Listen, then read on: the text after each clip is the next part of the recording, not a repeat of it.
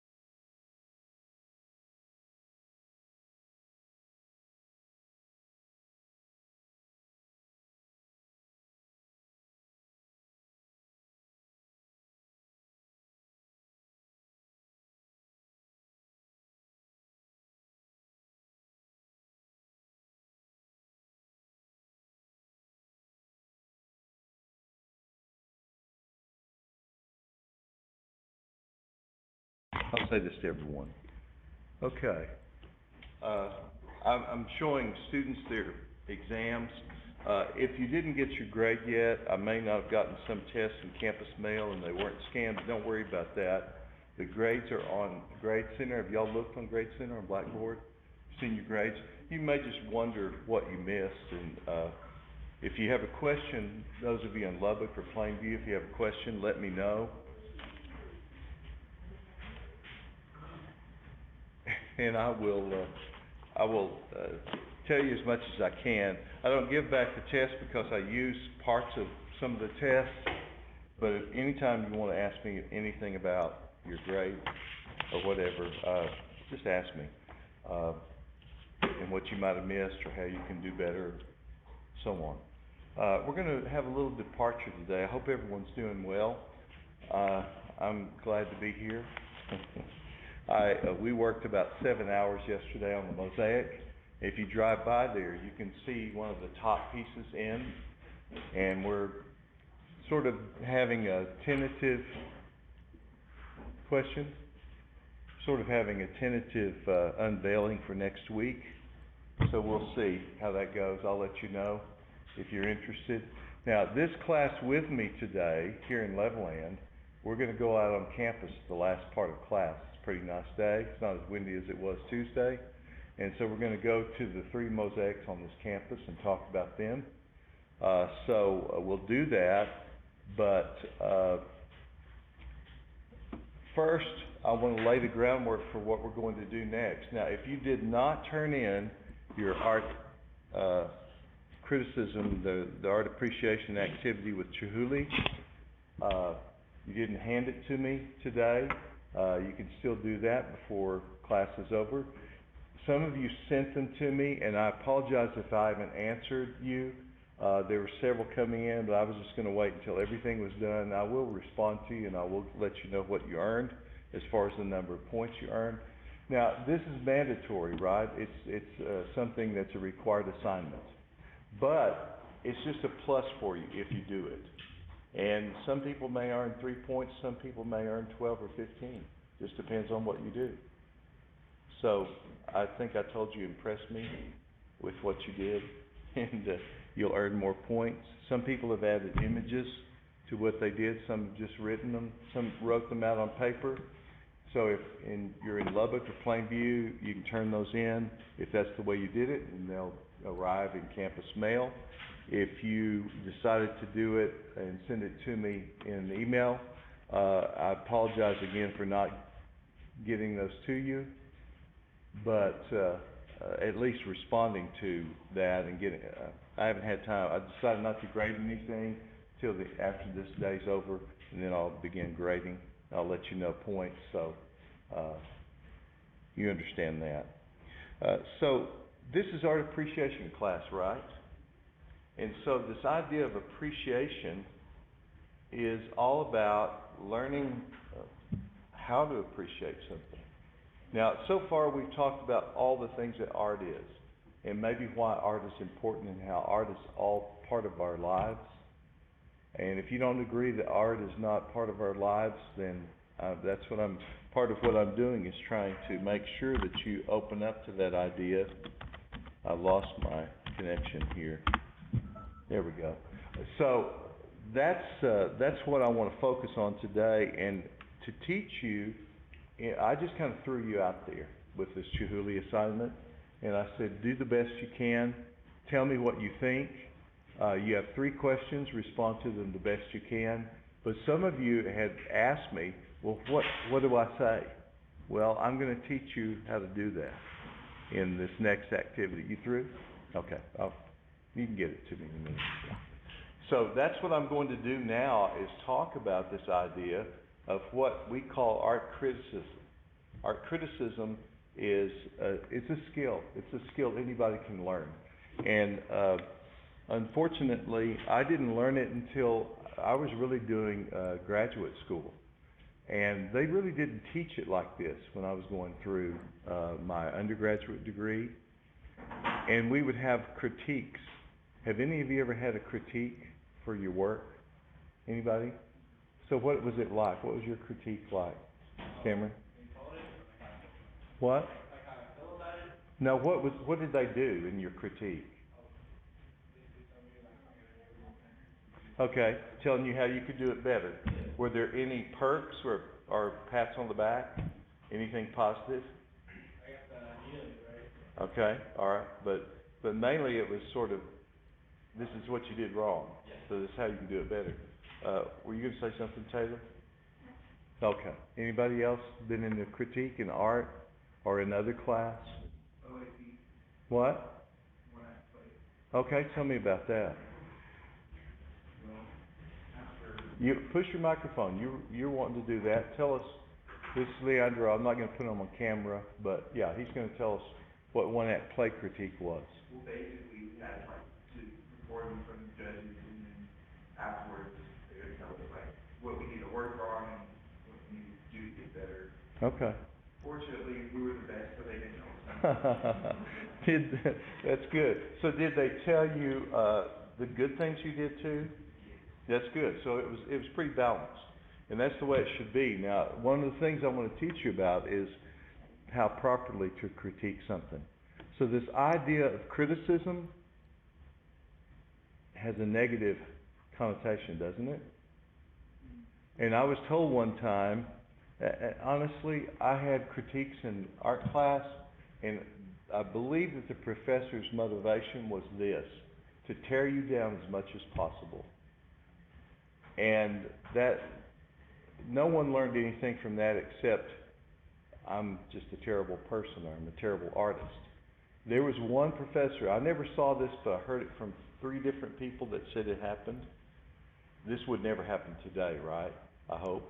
But there was a professor that set fire to a student's drawing. And this same professor was supposed to have torn up a student's drawing. How can that be possible? Now, what did that student learn from that? I hate this guy. and I'm a terrible artist, right? That would never, that's the opposite wrong way to do it. And I had a professor in painting class, and he would be there to take a roll at the first of class, and he would check in at the end of class, and then he'd disappear. How are we supposed to learn anything about painting?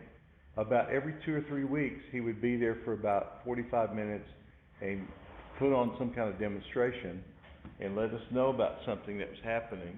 Let me close the door.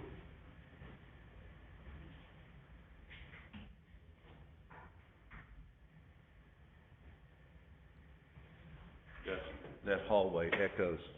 But he would then come in toward the end of a project, and we had to do a big painting, like 3 by 4 feet, 2 by 3 feet, every 2 weeks. That's a lot of work. And most of the time, half the class would leave as soon as he would leave, because he wouldn't come back sometimes. They might come back at the end so he would see that they were there. But I was one who just stayed and worked. I lived off campus. You okay? Yeah. Oh, okay, all right. So I had to be there, so I thought, well, I'm going to get as much out of this as I can. So I worked really hard. One time he sat down with me at a critique. This is at the end of the project, and he looked at my work and he said, well, don't turn this into a steel engraving. I won't try to imitate his voice because it'll put you to sleep. Anyway, he said, don't turn this into a steel engraving. I was doing an acrylic painting. And I had the audacity to say, and I was so timid and so, they made you feel like you were small anyway. A lot of those guys did. Not everyone. I had some good professors.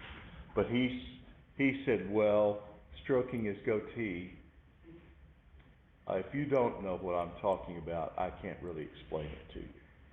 So what did I learn from that? I never want to be like this guy.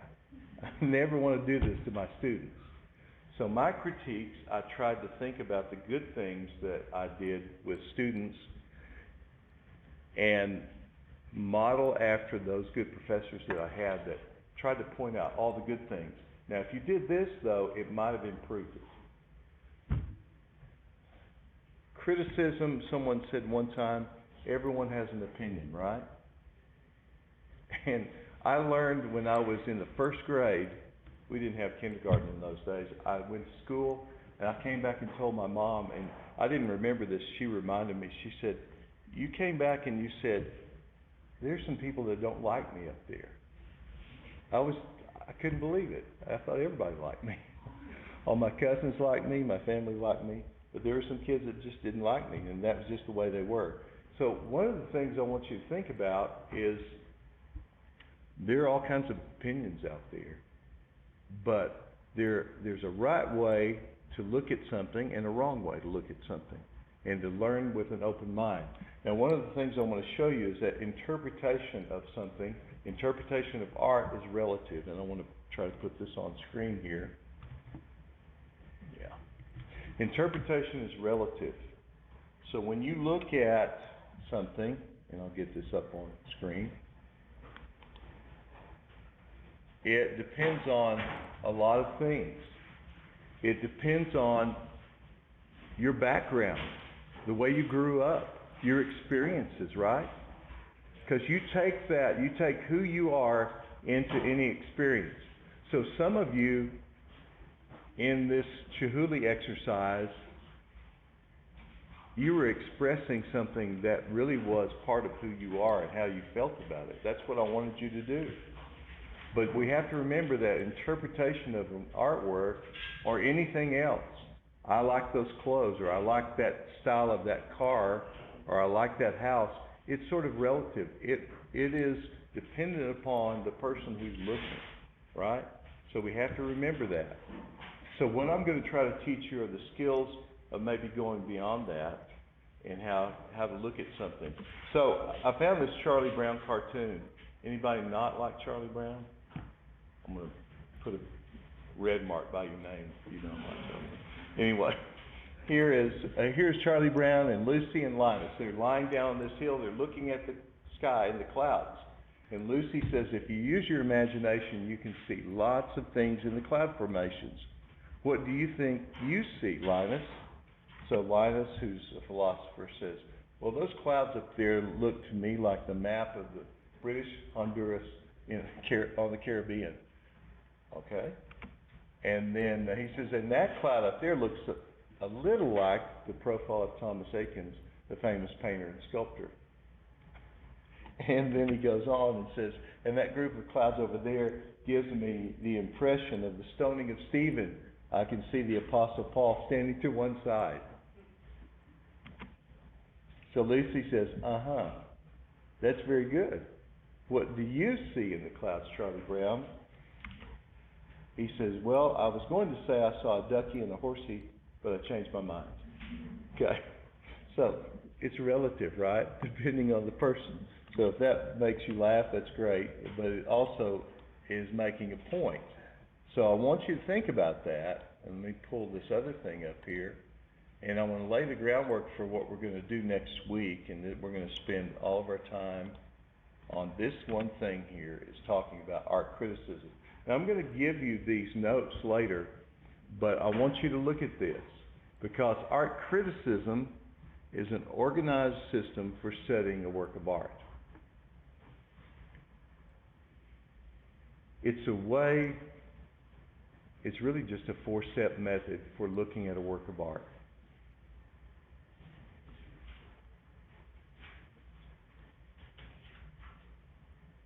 And it's something that anyone can do. And you don't have to go to art school or take an art appreciation class in graduate school or an art history class or whatever to learn the skills to do this.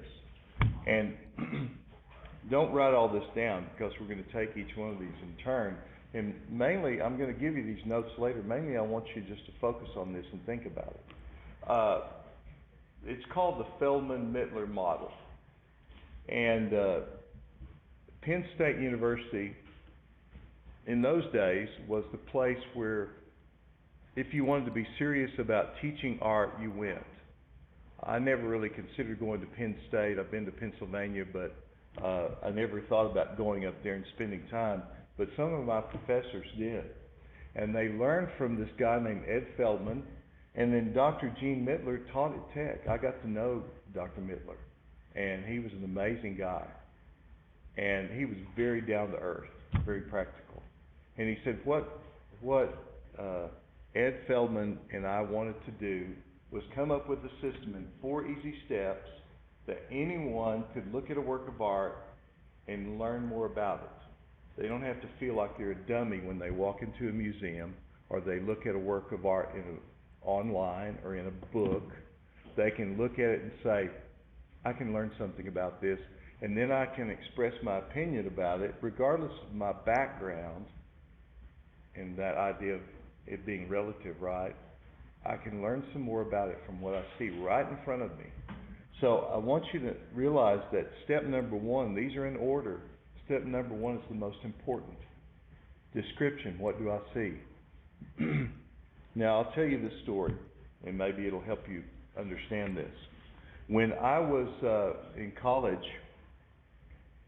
let me switch my camera back here. When I was in college, I tried to, most of my tuition and everything I have paid for, saved some money. My folks helped me. I lived at home for a couple of years. They helped me with my car. They paid my car insurance. If y'all don't think your parents were paying your car insurance, write that down. That's a biggie. That's real big. But anyway, if you pay your car insurance, you know what I'm talking about. Anyway, but this idea of doing as much as I could, I thought there was an opportunity. I worked in the summers. I did work study at school. And one summer, a job opportunity came up, and I was already working a job that was from 7:30 till 4. And someone said, hey, there's a friend of mine that owns a convenience store in East Lubbock. Would you like to work the 4 to midnight shift? And I said, I don't know, I'll think about it. Well, what comes to mind when you think about a convenience store working till midnight? It could be sort of hippie, right? Dangerous, maybe. When I told my parents about it, they said, oh no, you're not going to do that. And I was still living at home, and I said, well, I want to talk to the guy about it. So I went and visited with the manager, and he said, this store's never been robbed. It's in kind of a seedy part of Lubbock, yeah. But he said the people are older people that live here, and you have a few people come in that might mouth off or something, but he said, we never had any problem. But he said, here's what I want you to do. Now, have y'all ever walked out of the store, convenience store, and seen that scale on the side of the door? That is the height scale. My boss said, if at the end of the day you lock the door and you're going to take all the money in the cash register, you're going to put it in this bag, and the floor safe is unlocked, you're going to put it in there, lock the floor safe, and then you leave. But he said, if anyone comes in here, they ask you for the money, they pull a weapon. He said, heaven forbid it doesn't ever happen, but if they were to do that, what would you do? And I said, I would ask them if they wanted me to put it in the bag for them. He said, that's a good answer, because the money does not matter. Your life matters, that you don't get hurt or worse. So I said, so what are you asking me this for? I was just pretty naive, 20-year-old. And he said, here's what I want you to do, though. You get as good a description as you can. Now, if someone did rob me, and I told the police when they came in response to my call, they were sort of average, and I don't know, maybe a little taller than I am, maybe shorter, I'm not sure. They were wearing a gray hoodie, and they drove off in some car, I didn't really see it. How easy would it be for them to find that person? Not. No, that's no description at all, is it? But if I said they had light brown eyes, they had dark hair with a little yellow streak in front, they were about 5'9", they were wearing a striped shirt with a stain on the collar, You see where I'm going with this? I'm giving details, right? Now, translate that into looking at something carefully. And that's what we're talking about here, looking at an artwork and seeing the details. Because you could say, oh, it's a painting of the landscape. Okay, tell us more, right? And so, the description is where I want you to give as many details as possible. If you look at a work of art, I'm going to give you all a work of art to look at.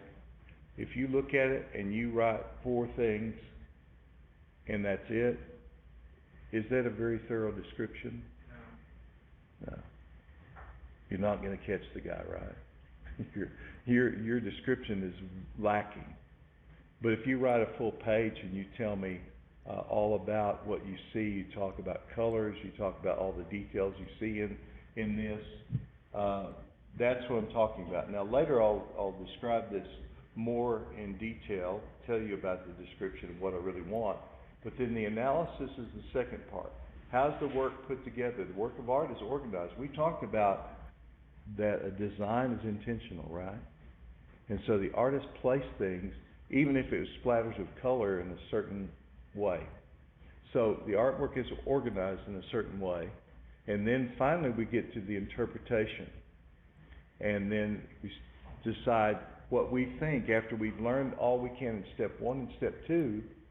We can then say, oh, maybe this is what the artist is saying, because I've learned all these things. That kind of leads me here. And then finally, the judgment. I don't know if you've ever been in a courtroom or not. I hope not. I've been on juries. I've even been on grand jury. And I was chosen the foreman of the grand jury one time. That's serious stuff. And the thing about the grand jury, you hear things that are never allowed in court, because you've got to decide, is this person to be held over for trial? Can we indict this person for this crime? And you hear all these things, it's like, I really don't want to know all this stuff. And some are just robberies, some are other crimes. But we had a murder case one time. It gave me nightmares, just hearing those details. But we had to know all that, so then we could arrive at this judgment. Is this person indictable? Can they be held over and tried for this crime? So the judgment is reserved, right, to the last. And thank goodness we live in a country where we have legal proceedings, and the judgment is based on all the evidence. And we're not guilty until it's proven that we are. So that's what we're going to think about when we think about the judgment. But the judgment is not as serious as what I was talking about. It's about an artwork. But can we judge this work as successful? So let me go through these steps again. Now, I'm going to go through these next Tuesday.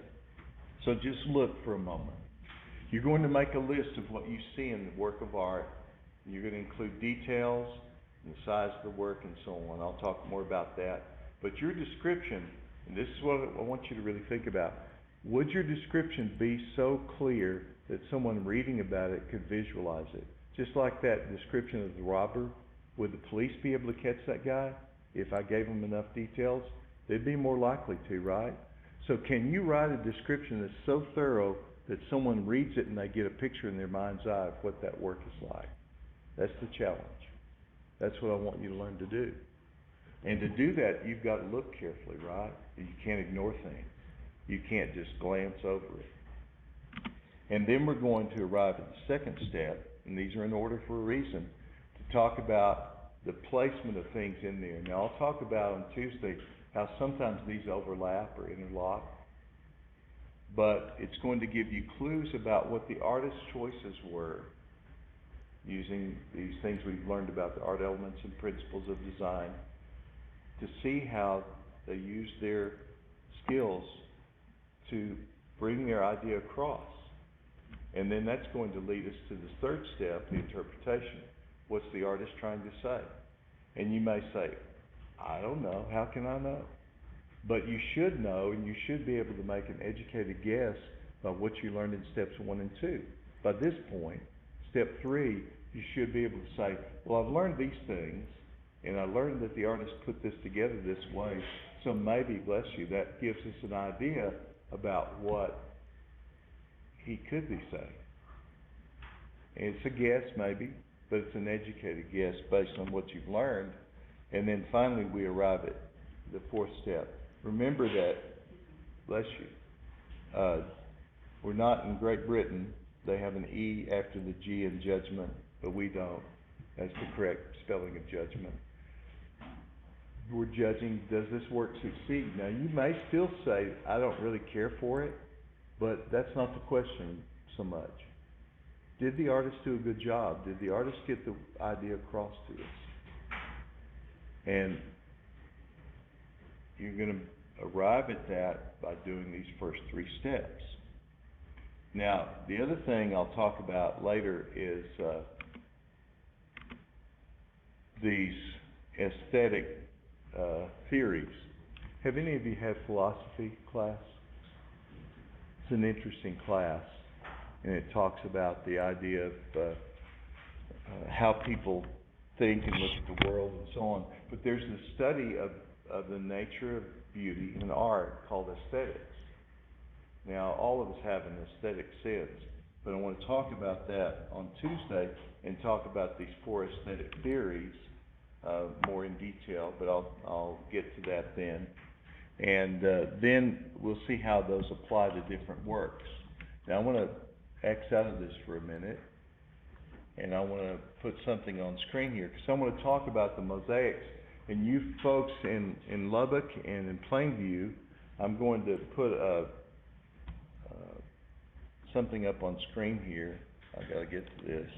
Open my file here, and let's see.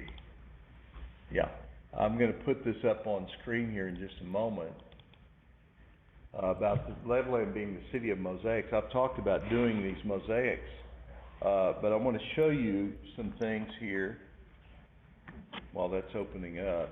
And I'll let this play while we go out on campus. I wish everybody were here and we could all do this together, but what I do want to show you though is all the mosaics in Levelland are using glass tile. And this is some of the glass.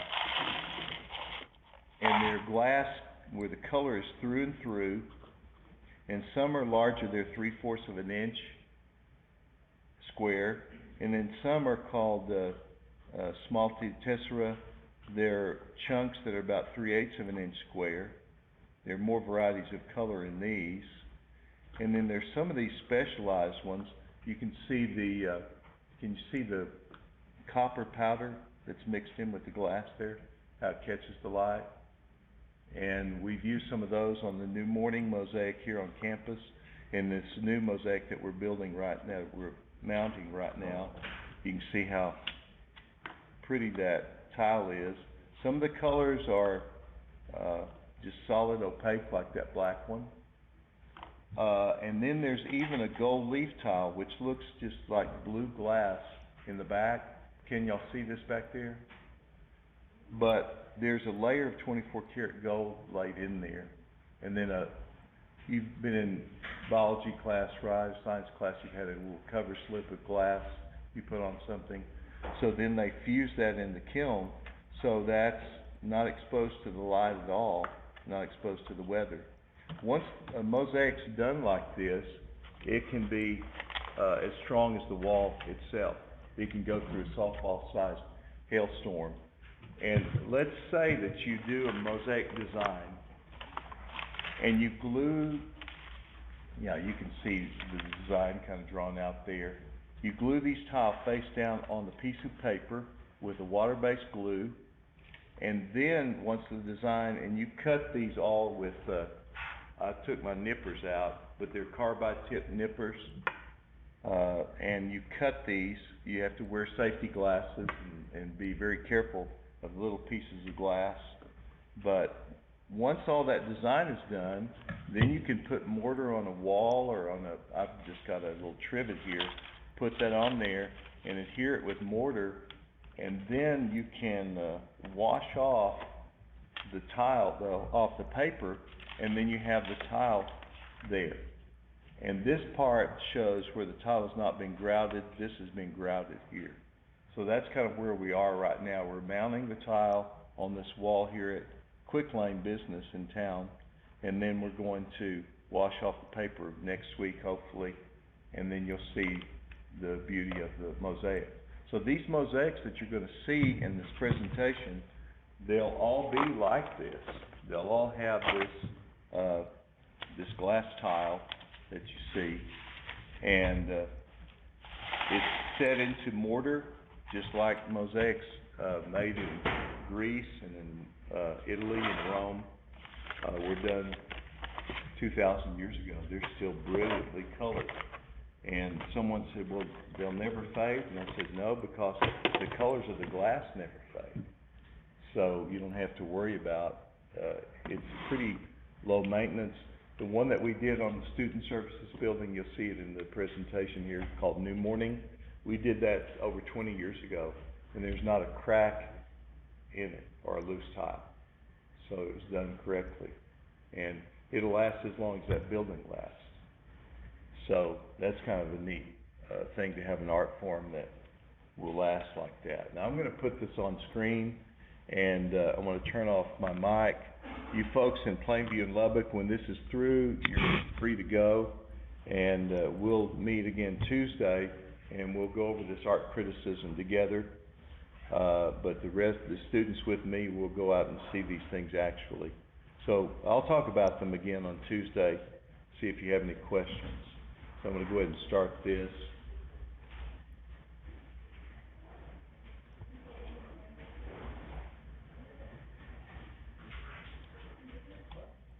There we go.